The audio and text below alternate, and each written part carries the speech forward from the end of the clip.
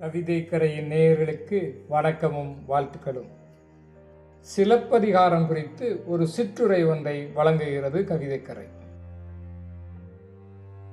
காற்றில் கருவாகி, கல்லில் வடிவாகி, ஓலையில் வரியாகி, காகிதத்தில் நிறமாகி, கணினியும் கண்ட தமிழே உனக்கே என் முதல் வணக்கம். அவைக்கு என் வணக்கங்கள்.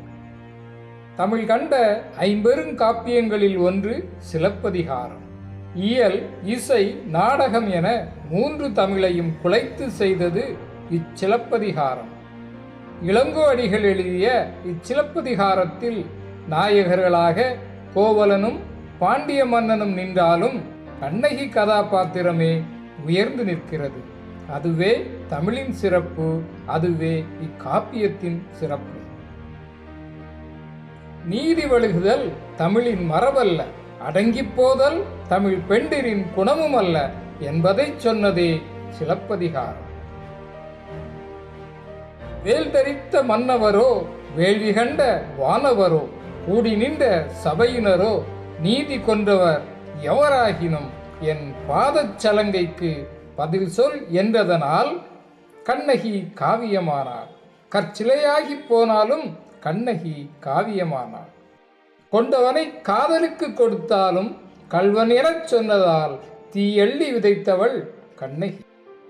நாணம் என்பது மட்டும் பெண்ணின் அணியல்ல, அவள் வீரமும் அவளது அணிகலனே என ஒற்றை சிலம்பில் சொல்கிறது சிலப்பதிகாரம்.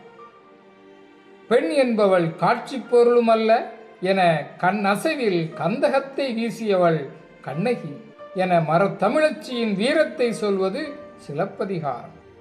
மானம் பெரிதா உயிர் பெரிதா எனில் வீரத்தை போல் நீதியும் பெரிதென வாழ்ந்த தமிழ் மன்னர்களின் அறம் சொல்வதே இச்சிலப்பதிகாரம்.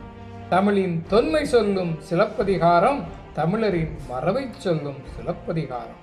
மூவேந்தர்களின் நீதியை சொல்லும் சிலப்பதிகாரம், என் தமிழ் பசியை வெல்லும் இச்சிலப்பதிகாரம். மூவேந்தர்களின் நீதியை சொல்லும் சிலப்பதிகாரம், என் தமிழ் பசியை வெல்லும் இச்சிலப்பதிகாரம். வாழ்க தமிழ். நன்றி, வணக்கம்.